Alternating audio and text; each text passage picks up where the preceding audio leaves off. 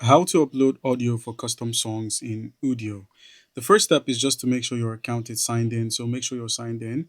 And once you're there, just go ahead and click on the home section or click on create. They will still lead you to the same section.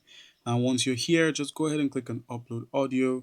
And you may need to upgrade to a standard account in order to do that.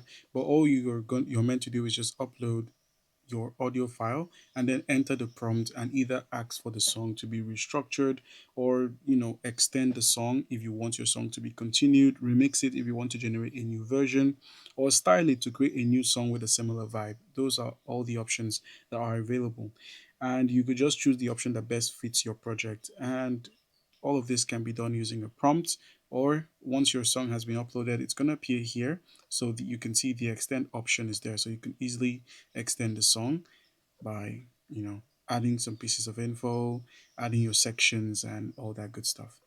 All right, guys, that's how you can get it done. Once you're done with that, just click on extend, and your song would be extended. And you could easily share the song or download it if you so choose to. All right, guys.